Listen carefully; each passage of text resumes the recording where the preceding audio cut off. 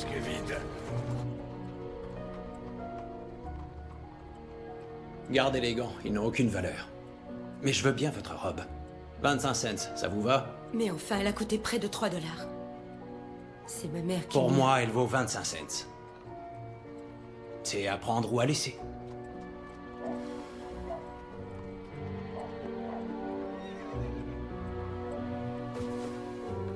Et je vous fais cadeau de celle-là. Allez vous changer derrière le rideau.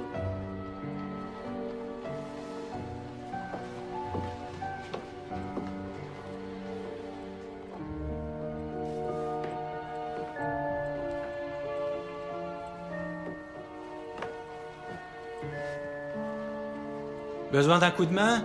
Je me débrouille très bien toute seule. Bien, comme vous voudrez.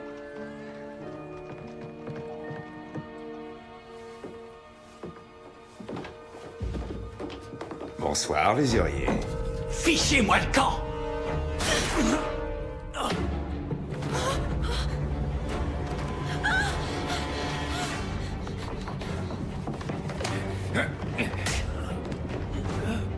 Qu'est-ce que... Amène-toi! Elle va nous échapper! Là-bas! Attrapons-la!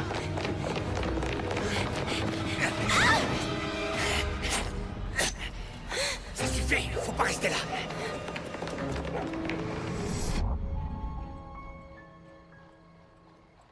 Pourquoi travaillait-il si tard, selon vous? Je n'en ai pas la moindre idée, George. Si ça se trouve, avec un peu de chance, un témoin aura entendu quelque chose. Dans la ruelle, il y a un corps. Dans la ruelle? Attendez-nous et interdisez l'accès. Je me demande qui d'autre était ici. Monsieur, vous devriez venir voir dans la ruelle.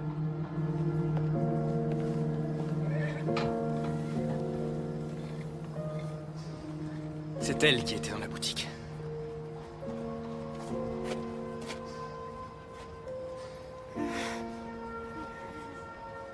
George, faites venir un médecin. Elle vit encore? Dépêchez-vous, George. S'il vous plaît, messieurs, dames, n'avancez pas. Qu'est-ce qui se passe? Une femme est... Mademoiselle, ça va aller. Doucement. Mes jambes! Je peux plus les bouger!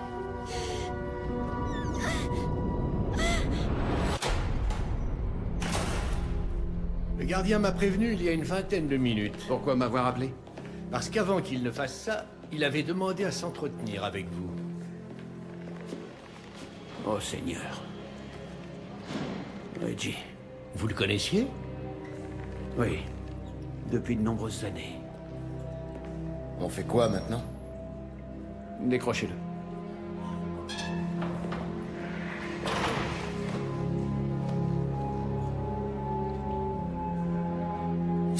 Quand j'ai effectué ma ronde à 4 heures du matin, il était encore vivant. Je me souviens même qu'il était assis sur son lit. Il vous a semblé mélancolique? Je me suis pas arrêté pour papoter. C'est étrange, Reginald Pullen arrivait en fin de peine. Pourquoi se serait-il suicidé? A-t-il reçu des visites dernièrement? Il n'en avait jamais. Apparemment, il avait perdu sa femme il y a quelques années. Lucille. Lucille, oui, je crois bien que c'était son prénom. Il avait commis quel genre de délit? Agression d'un agent. Il a été arrêté dans une taverne qui était restée ouverte après l'heure légale. Et on l'a envoyé ici? Il y a 5 mois de cela. Oui, il a très mal parlé au juge qui lui a infligé une condamnation plus lourde que prévu. C'est Reggie tout craché. Le suicide, en revanche, non. Oh, malheureusement, il n'est pas rare que des détenus préfèrent mettre fin à leur jour. Le remords et le désespoir sont de bien tristes compagnons. Reginald s'était-il fait des amis ici? Potter, pouvez-vous répondre à l'inspecteur? Je crains que non, monsieur, désolé. Allez voir Hobson, alors. Un autre détenu? Non, un bénévole. Il travaille pour une association qui aide les prisonniers à se réinsérer. Vous voyez le genre? On l'a installé dans l'ancienne bibliothèque. Merci. Vous pourriez investir quelques dollars pour refaire notre salle de pause. Puisque c'est la vôtre, commencez par en prendre meilleur soin.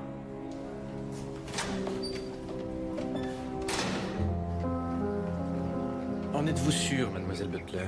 Certaine, je ne l'ai pas vu. Ni lui, ni personne. J'étais en train de me changer derrière le rideau. Et vous avez fui pour lui échapper? Vous m'avez bien regardé. Je ne lui ai pas échappé. La boutique de Monsieur McGuinness a été saccagée. Êtes-vous vraiment sûr qu'il n'y avait qu'un seul voleur? Je vous ai déjà raconté tout ce que je sais. Je n'ai vu personne. Mademoiselle Butler, ce policier ne fait que son travail. Le docteur Robinson dit que vous récupérez bien. J'essaie de lui expliquer qu'il n'y a absolument rien qui l'empêche de marcher. Le couteau n'a pas touché la moelle épinière et aucun de ses organes internes ne semble avoir été endommagé. Alors pourquoi je suis paralysée? Pourquoi est-ce que je ne sens rien? Inspecteur, Tâchez de vous reposer. je regrette, c'est une mystificatrice. Pourquoi mentirait-elle? En jouant sur son statut de victime d'agression, elle inspire la pitié de la direction. Elle peut donc rester ici indéfiniment, nourrie et logée gratuitement. Et vous l'avez bien examinée? Mais oui, sa blessure est superficielle. Nous ne pouvons pas la garder. Nous manquons de lits et nous avons d'autres patients, de vrais malades.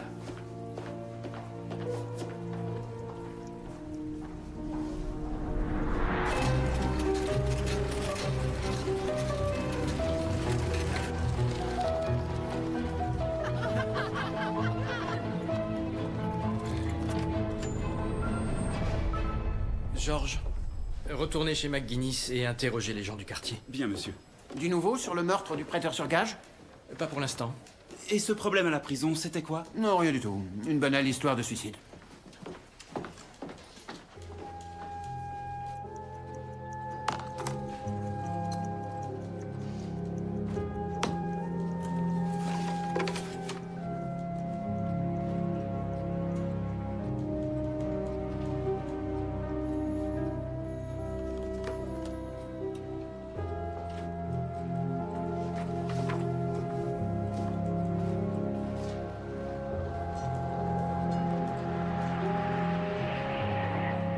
Tu veux bien me relâcher? Sois gentil, tu l'as déjà fait. Je devrais te laisser moisir ici, Reggie. Dans ce cas, va-t'en. Qu'est-ce que t'attends de moi? Que tu me laisses sortir de cette satanée cellule. Pour que tu continues à gâcher ta vie? Ce fumier n'a eu que ce qu'il méritait. S'en prendre à un vieil ivrogne, il fallait bien que j'intervienne. Engage-toi dans l'armée si tu veux combattre l'injustice. Qu'est-ce qui te fait rire? Ils voudront pas de moi, même si je suis volontaire. Ils m'ont retiré ma Victoria Cross. Pourquoi? À cause d'une bagarre il y a 6 mois. Ils te l'ont retiré pour ça? Ils ont dit que ça constituait un manquement à l'honneur. Je t'ai sorti de la mouise trop de fois déjà. Où tu vas? Tommy, s'il te plaît. Reviens.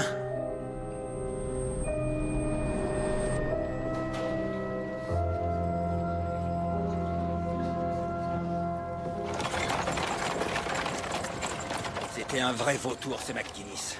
Savez-vous s'il avait des ennemis? Je lui connaissais pas d'amis, en tout cas. Comment vous êtes-vous blessé? J'ai fait une chute dans les escaliers. J'aimerais avoir une réponse sincère, monsieur. McGuinness m'avait fait un prêt que je tardais à rembourser. Et il vous a agressé? Il avait des sbires pour ça. Quand est-ce qu'on pourra récupérer les objets qu'on lui a laissés? Ils sont toujours à lui. Ils sont pas à lui, c'est pas juste. Je regrette, monsieur, mais c'est la Vous loi. entendez ça? Ce flic prétend que McGuinness a le droit d'emporter nos affaires sur la Sortez vos tente. matraques. Allons, mesdames et messieurs, on se calme. J'ai dit on se calme. Lors d'une mort par pendaison, la corde, ou ici la ceinture, laisse des contusions sous le menton. En revanche, en cas de strangulation, on trouve ces ecchymoses autour du cou, accompagnées généralement d'une fracture de l'osioïde, comme c'est le cas pour cet homme. J'en déduis donc qu'il a été étranglé et pendu ensuite, dans les deux cas avec sa ceinture. Il n'aurait jamais donné sa ceinture comme ça. On a dû l'immobiliser. Exact. Regardez. Il a reçu un coup à la tête, assez violent d'après moi. Il n'a pas de lésion défensive sur les mains ni sur les bras, donc il n'a pas lutté. Voilà pourquoi personne n'a rien entendu. Bougre d'abruti. Inspecteur? Merci, Dr. Grace.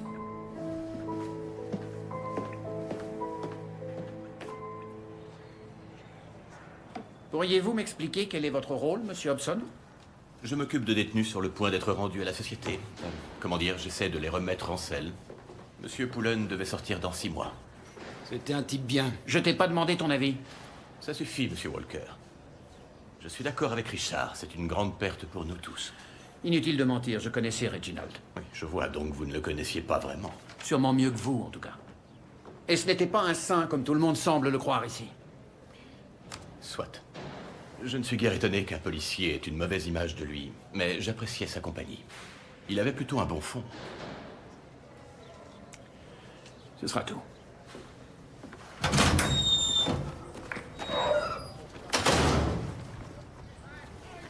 Hey!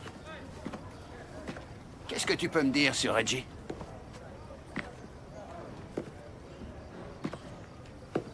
Va te faire voir. Je crois que tu ne sais pas bien à qui tu causes.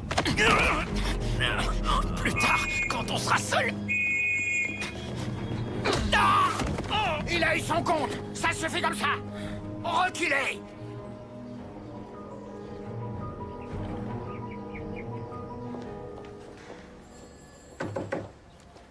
Docteur Ogden?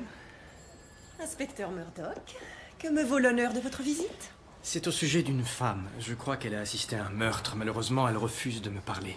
Je ne sais pas pourquoi, mais il semblerait qu'elle soit paralysée par la peur. Comment cela? Elle n'a plus l'usage de ses jambes. Elle ne peut plus les bouger, et cela bien que son médecin n'ait décelé chez elle aucun problème d'ordre physique. Il faudrait que je la voie pour me faire une idée. Vous m'emmenez? Qu'est-ce que je t'ai dit la dernière fois, Jimson? La cour de promenade n'est pas une décharge. Ramasse immédiatement ce que tu viens de chercher par terre. Veuillez m'excuser, j'avais une affaire urgente à régler. Je vous écoute. De quoi s'agit-il? Reginald Pullen. Il ne s'est pas suicidé. Pardon? On l'a tué. Comment? Je ne sais pas.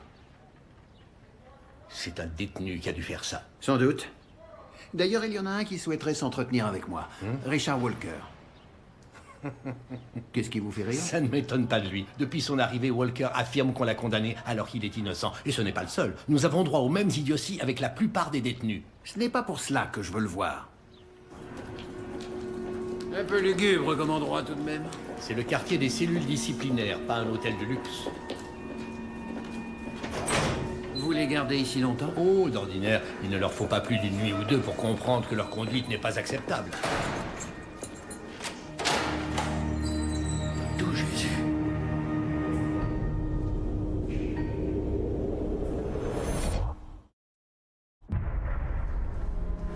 Faites-le transporter à la morgue. La cause de la mort paraît pourtant claire.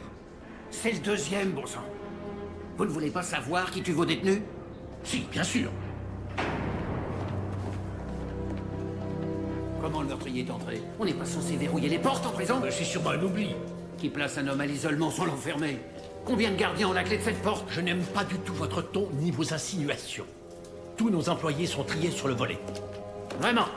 Si vous avez une autre explication, je suis tout oui.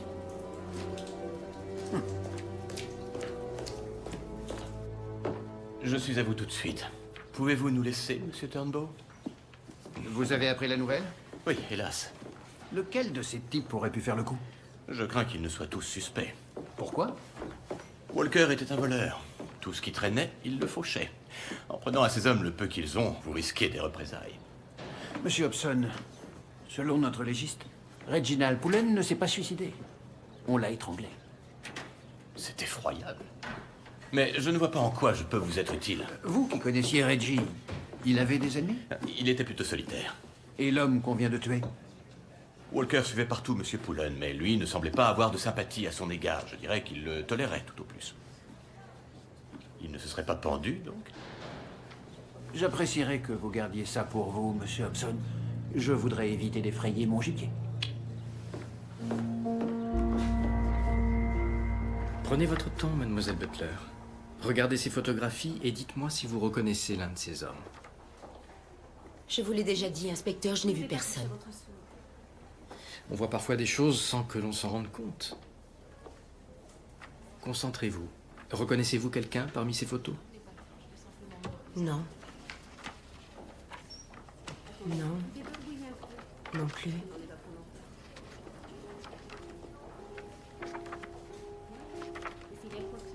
Cet homme. Mais je n'en ai pas la certitude. Mademoiselle Butler, je conçois que tout cela vous fasse peur, mais vous voulez bien vous livrer à une expérience?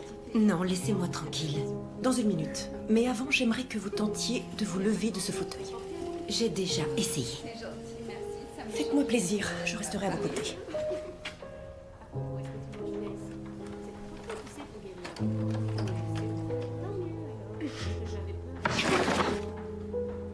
Vous voyez. Maintenant, laissez-moi tranquille, s'il vous plaît.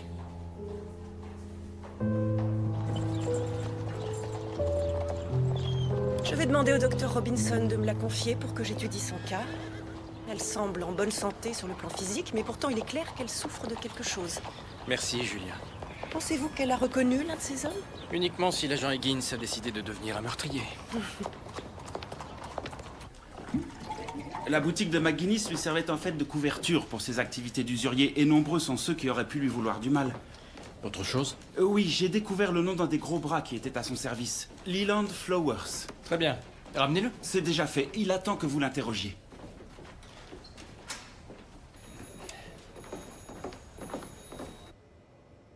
Je travaillais parfois pour McGuinness. Et en quoi consistait votre travail? Je m'assurais que ses débiteurs payaient bien leurs dettes. Et s'ils ne payaient pas? Les rares fois où j'étais obligé de leur rendre une seconde visite, ils finissaient toujours par réunir l'argent d'une manière ou d'une autre. Pensez-vous que l'un d'eux aurait pu vouloir tuer Monsieur McGuinness? Plusieurs même, mais aucun n'aurait osé passer à l'acte. Êtes-vous fier de votre travail, Monsieur Flowers? Il ressemble un peu au vôtre, tous les deux. Nous veillons à ce que personne ne laisse personne. À présent, observez comme les contours de ses plaies sont réguliers. À mon avis, l'arme est un couteau ordinaire avec une lame de 2,5 cm de large sur 15 de long, et très bien affûtée. Les 2 coups au cœur lui ont été fatals.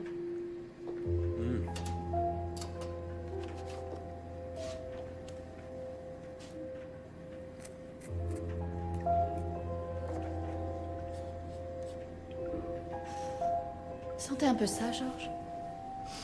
C'est quoi, selon vous? Ça a l'odeur de la suie. Et le goût aussi. Ça vous arrive souvent de manger de la suie? J'avais une tante qui me faisait descendre dans sa cheminée pour la nettoyer. J'ai failli devenir ramoneur d'ailleurs.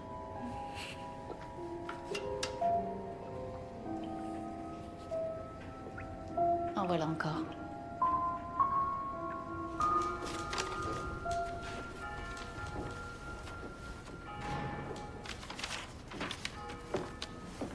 Ça avance, l'affaire de l'usurier? Je suis aux prises avec un témoin qui refuse de parler et une victime qu'apparemment très peu de gens regrettent. Vous n'êtes pas le seul. Je vous demande pardon. On a assassiné 2 prisonniers. Et eux non plus, personne ne les regrette.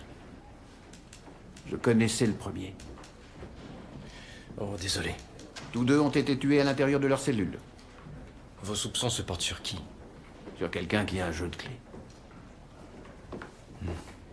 Je vois. Vous avez conduit Richard Walker au quartier disciplinaire, je crois. En effet, juste avant la fin de mon service. Et c'est vous qui avez trouvé Reginald Pullen pendu dans sa cellule? Oui. Avant de mourir, Richard Walker avait voulu parler à l'inspecteur Brackenreed. Savez-vous pourquoi? Walker essayait toujours de se donner des airs importants.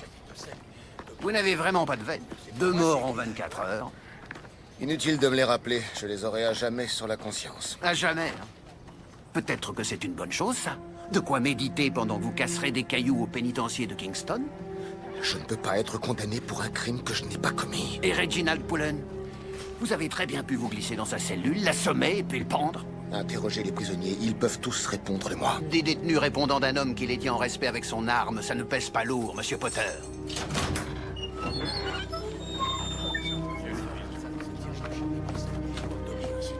J'ai du mal à trouver une seule raison qui aurait pu le pousser à assassiner Pullen. Il est véreux, peut-être. Lui ou bien un autre gardien. Walker et Pullen ont tous 2 essayé de vous parler avant d'être tués. Je pense que ce n'est pas un hasard. Le type que je connaissais, Reginald Pullen, il avait reçu la Victoria Cross. Qui aurait pu deviner qu'un jour, il échouerait dans un endroit pareil? La vie d'un homme suit parfois une route sinueuse. Allez-y, Murdoch. Monsieur Hobson, je peux vous voir un instant? J'étais sur le point de rentrer chez moi. Je serai bref. Vous êtes prête? Je n'en ai pas tout à fait fini avec Monsieur Walker. Et cette lecture nous annonçait... Oh, il s'agit d'extraits d'un nouveau roman intitulé Le Magicien d'Oz. Les billets étaient affreusement chers, d'ailleurs. Ah oui, je l'ai lu, c'est fantastique. Ça raconte l'histoire d'une petite fille du Kansas, Dorothée, qu'un cyclone transporte dans un pays magique où elle va se lier d'amitié avec 3 drôles de personnages. Il y a un lion, un épouvantail et un bûcheron entièrement en fer blanc. Georges. Il recherche un redoutable magicien et découvre qu'en fait, c'est un vieillard tout rabougri. Enfin, ce n'est pas ça qui importe. Selon moi, la morale, c'est que, comment dire, ce dont nous pensons avoir besoin est déjà en nous et n'attend qu'à être révélé. Merci, Georges. Merci infiniment pour tous ces détails. J'en ai trop dit, peut-être. Prévenez-moi avant de me raconter la fin d'un roman.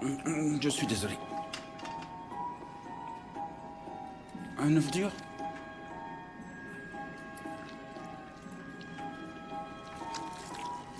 Alors ça, c'est étonnant. Mince alors. Comment cet œil a pu se retrouver dans son tube digestif?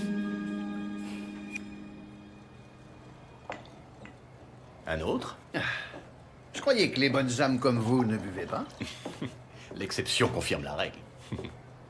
Pourquoi vouloir aider les prisonniers? Moi-même, j'ai été l'un d'eux. J'ai fait 3 ans, c'était il y a très longtemps. J'ai changé de vie depuis. Je vois ça. Les hommes peuvent tous être bons, mais certains ont besoin qu'on les encourage. Comme votre ami. Reggie et moi étions très proches. Après l'armée, j'ai trouvé une femme, un poste dans la maréchaussée. Reggie a perdu sa femme, ainsi que son emploi. En clair, tout ce qui faisait de lui un homme. C'était une humiliation pour lui, surtout quand il a perdu sa médaille. Il m'a souvent raconté le fait d'armes qui lui avait valu d'être décoré. J'y étais, cette nuit-là. 2 jeunes hommes avides de voyage. Quoi de mieux pour cela que de s'engager dans l'armée de Sa Majesté? L'Afghanistan, la crasse, la poussière, une chaleur infernale. Nous avions subi de lourdes pertes et nous devions évacuer des blessés et entasser sur une charrette. Nous étions des cibles plus que faciles pour l'ennemi. Reggie aurait pu filer, mais il est resté. Il a mis cet homme à l'abri.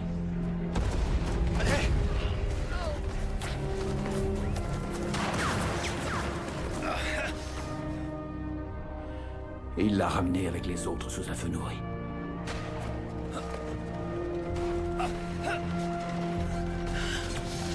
Cet homme à terre, c'était moi. Il m'a sauvé et ça lui a valu la Victoria Cross. Mais on la lui a retirée. Parce que je l'ai abandonné.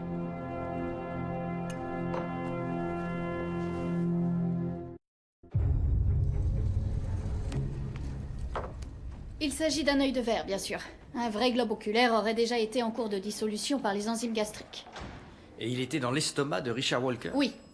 Autre détail étonnant, il avait ça sous les ongles. C'est de la suie. J'en ai également retrouvé dans ses cheveux. Qu'en pensez-vous, Murdoch?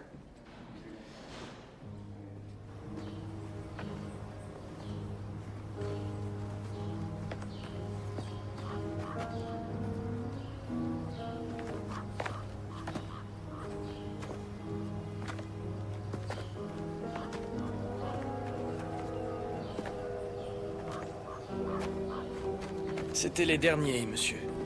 Et pas un borgne dans le lot. Si Walker s'est donné autant de mal pour dissimuler cet œil, c'est qu'il ne voulait pas qu'on sache qu'il était en sa possession. Tenez, prenez-en bien soin. Monsieur, peut-être que Walker n'était pas le seul à avoir des choses à cacher. Installez-vous confortablement et fermez les yeux. Surtout, ne les ouvrez pas. Je vais prendre une plume d'autruche pour vous toucher le genou. Et je voudrais que vous me disiez si vous sentez quelque chose.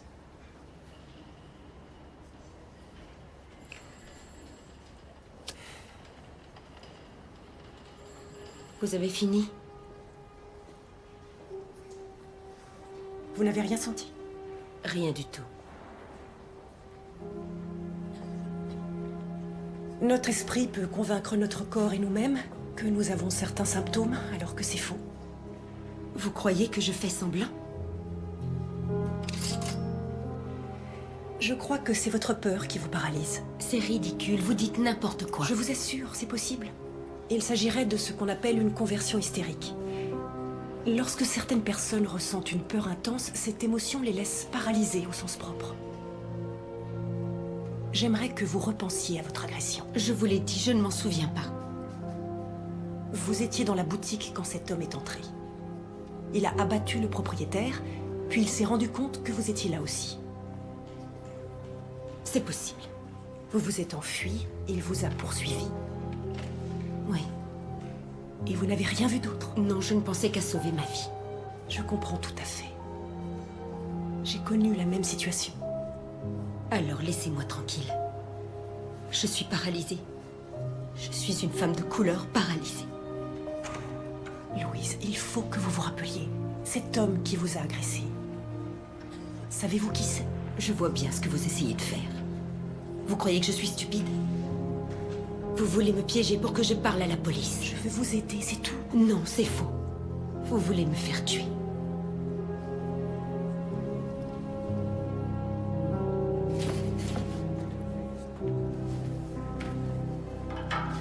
Montrez-moi ces chaussures. Tenez, quand on est soldat, Murdoch, il est vital de se trouver une planque qui soit toujours accessible. Un endroit où cacher son tabac roulé, son argent ou bien encore du fil et une aiguille. Bon sang. 50 $, c'est une somme très importante pour un détenu. Pas seulement pour un détenu.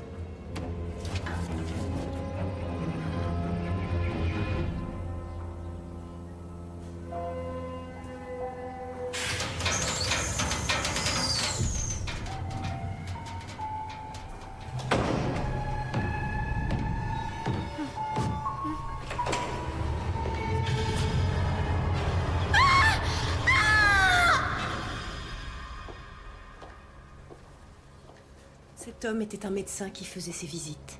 Qu'est-ce qu'il tenait alors? Une simple seringue dont il était en train de vérifier la dose. Vous ne pouvez pas continuer à vivre de cette façon, Louise. Comme si j'avais le choix. Mais c'est le cas. Je sais que vous avez des souvenirs. Il ne tient qu'à vous de les exhumer. Pourquoi? Ça ne m'aidera pas plus à marcher. Et ma vie, elle n'en sera pas moins malheureuse. Comment pouvez-vous en être sûr? Il se peut qu'en collaborant avec l'inspecteur, vous vous libériez de votre peur. Je vous en prie. Je sais que vous en êtes capable, Louise.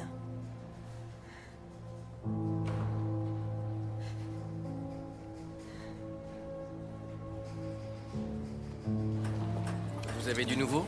Elle a vu 3 hommes et elle est capable de reconnaître celui qui a tiré. Oh, parfait. Quand pourrais-je lui parler? Pas tout de suite, William. Revivre tous ces événements l'a traumatisé. J'ai dû lui donner un sédatif. Vous semblez troublé. Ah, j'avais la conviction que sa paralysie était due à la peur, et j'espérais qu'en faisant remonter ses souvenirs à la surface... Je suis navré, Julia. C'est dans ces moments-là que je regrette la morgue. Un cadavre ne peut pas vous garder rancune, au moins.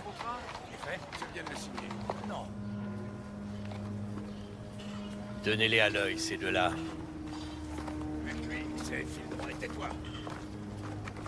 Inspecteur, où en est votre quête de la vérité? C'est un véritable sac de nœuds. Ces détenus se confient à vous, non? Ceux qui en ont besoin. Et pas un seul n'a une attitude étrange depuis ces meurtres? Certains ont peur d'être les prochaines victimes. Mais ils sont coriaces. Tenez, ils ont côtoyé la violence presque toute leur vie. Que pensez-vous des gardiens?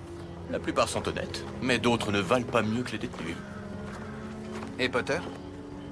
Je ne le connais pas très bien, mais peu de gens ici ont une dent contre lui. Merci.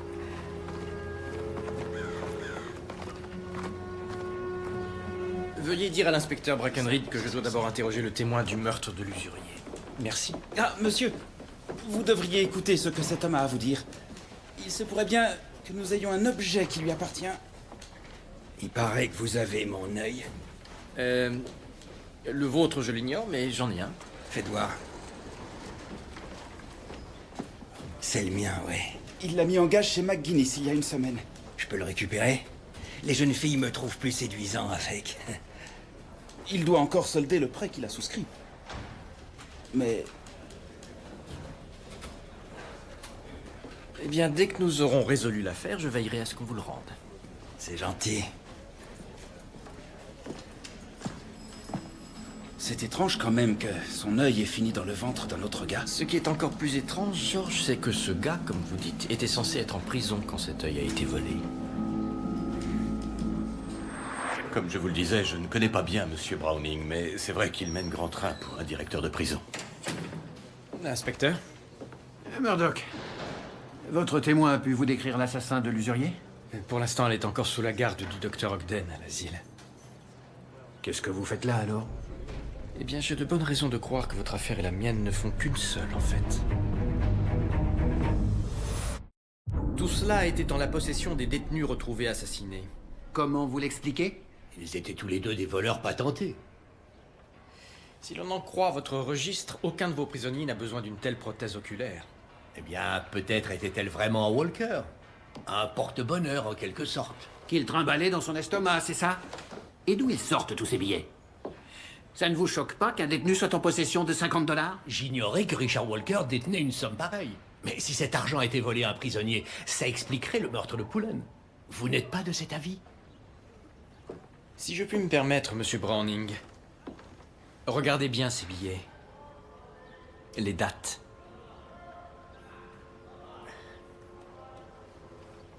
Mai 1900. On les a mis en circulation bien après que Pullen eût été incarcéré. Comment aurait-il pu se les procurer, alors? Quelqu'un de l'extérieur les lui a donnés, j'imagine. Foutaise! Vous m'avez dit qu'il ne recevait jamais de visite. Ce qui confirme mes soupçons. Il les a volés à un autre prisonnier. L'explication la plus logique est que Pullen s'est évadé en compagnie de Walker et qu'ils ont tous deux participé à l'attaque de la boutique d'un prêteur sur gage il y a 2 jours. Évadé, vous dites? Pourquoi serait-il revenu ici dans ce cas? Peut-être qu'ils appréciaient la qualité du service? N'en sais rien. C'est l'endroit idéal pour se cacher après un crime. Le dernier où nous aurions l'idée de chercher. Potter, le gardien qui était de service au moment des 2 meurtres, il avait accès à toutes les cellules. Rappelez-moi sur quels critères vous choisissez vos employés?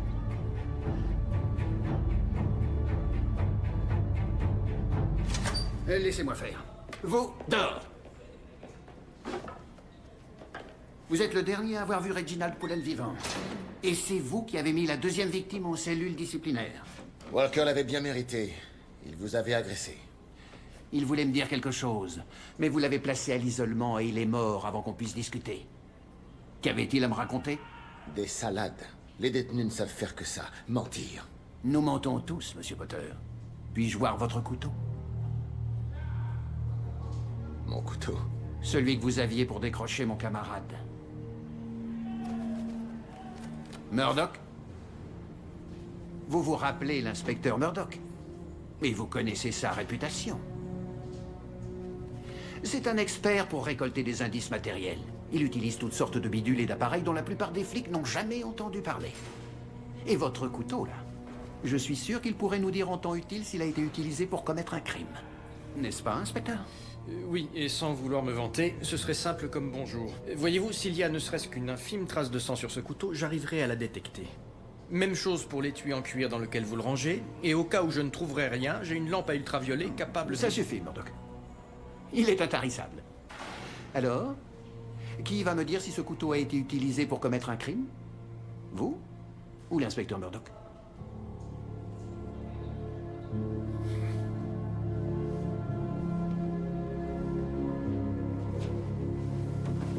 Il a été utilisé pour commettre un crime, mais je n'en suis pas l'auteur. Et qui est-ce? Un prisonnier, Nathan Tombaugh. Quel crime? A-t-il tué Richard Walker ou a-t-il poignardé Louise Butler, la cliente du prêteur sur gage? Je suis au courant que pour Walker... Et mon camarade Reggie Pullen? Monsieur Potter! Je n'ai fait couvrir les cellules quand on me l'a demandé, c'est tout. Et qui vous l'a demandé? Nathan Tombaugh. Vous obéissez à un détenu? Un détenu qui sait où vivent ma femme et mes enfants, mais aussi qui semble pouvoir sortir d'ici à sa guise. Alors oui, je fais ce qu'il demande. Comment lui et ses complices arrivent à sortir? J'en sais rien. Ils ont forcément une combine, Potter. Dites-moi laquelle. C'est de la suie. J'en ai également retrouvé dans ses cheveux. Inspecteur, suivez-moi. Bougez pas d'un poil.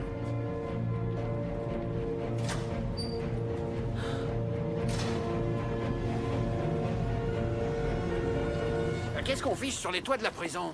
Le docteur Grace m'a dit avoir trouvé de la suie sur le corps de Richard Walker. Mais d'après ce plan, les cheminées ont été condamnées. Oui, enfin, du moins en théorie.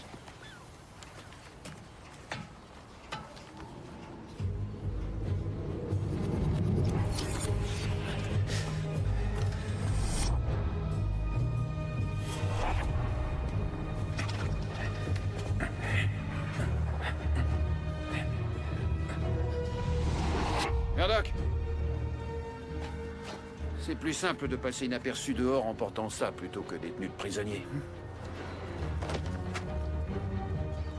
Regardez où cette cheminée débouche. L'enfant de salaud. Ce prisonnier, Turnbow, il était dans la bibliothèque.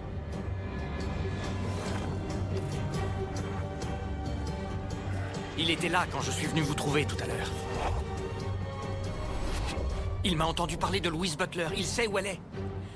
Allez-y, je m'occupe de l'autre.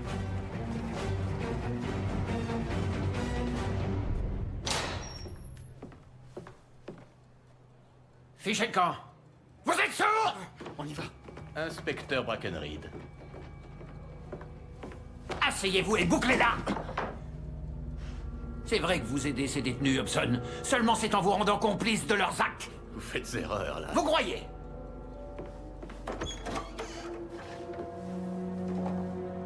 Ils sont sortis par cette cheminée. Je vous assure, je n'y suis pour rien. Des hommes à qui vous étiez censé donner de bons conseils. Vous allez passer le reste de votre vie dans cette prison. J'en doute fort. Vous n'avez aucune preuve contre moi.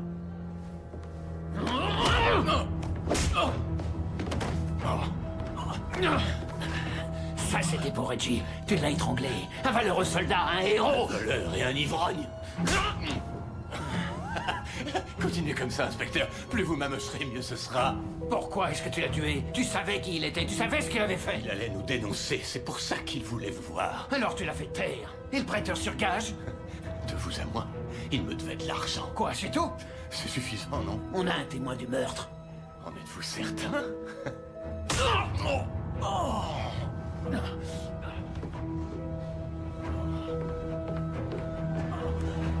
Je croyais que ce policier devait passer. Il ne va pas tarder. C'est une mauvaise idée. L'inspecteur Murdoch trouvera le meurtrier. Aucun criminel ne lui échappe. Je vais voir ce qu'il retient.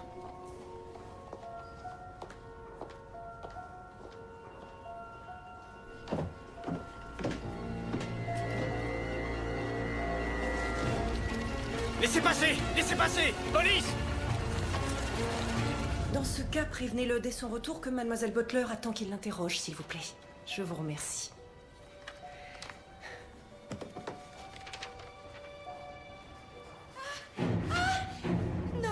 Non, je vous en supplie, ne faites pas ça. J'aurais dû t'achever l'autre soir.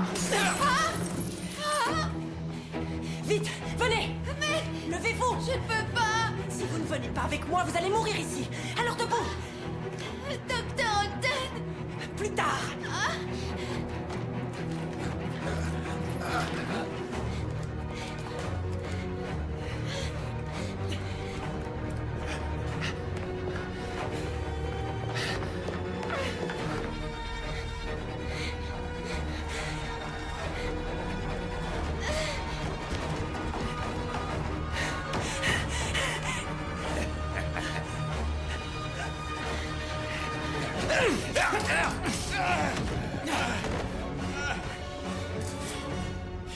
Tout va bien?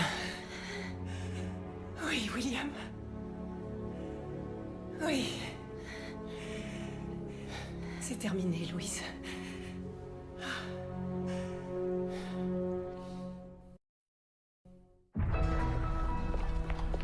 Merci pour ces vêtements neufs. Oh, c'est moi qui vous remercie d'avoir tout raconté à l'inspecteur. Je sais que ça vous a demandé beaucoup de courage. Vous avez parlé à mon patron? Oui, et il lui tarde de retrouver une aussi bonne employée que vous. C'est gentil.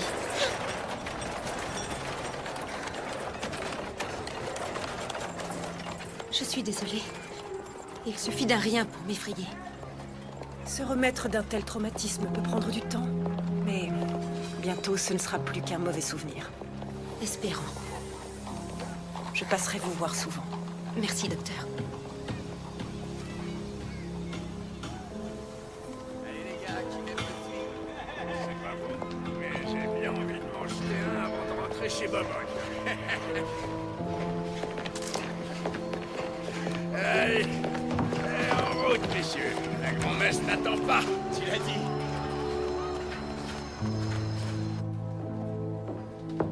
Monsieur, Turnbow a confirmé que Hobson était lié à l'attaque de la boutique et aux 2 meurtres. Vous avez autre chose à part ces aveux? Nous avons fait une perquisition au domicile de Hobson. Il avait accumulé une vraie petite fortune. Et nous y avons trouvé les butins de 3 attaques à main armée non résolues. Entre cela et le témoignage de Turnbow, je pense que ces deux-là iront à la potence. Très bien. Mais au fait, pourquoi cet œil était dans l'estomac de Walker? Turnbow l'avait obligé à l'avaler. Monsieur, le prince de Galles a dit la chose suivante. Tout récipiendaire de la Victoria Cross doit pouvoir la conserver, quand bien même on l'exécuterait. Le prince de Galles a dit ça? C'est du moins ce qu'on rapporte. Et réfléchissez-y.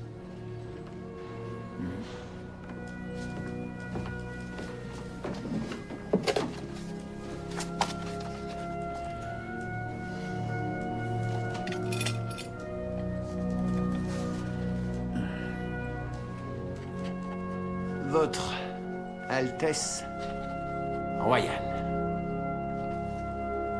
Je vous écris en faveur du caporal-chef Reginald Pullen.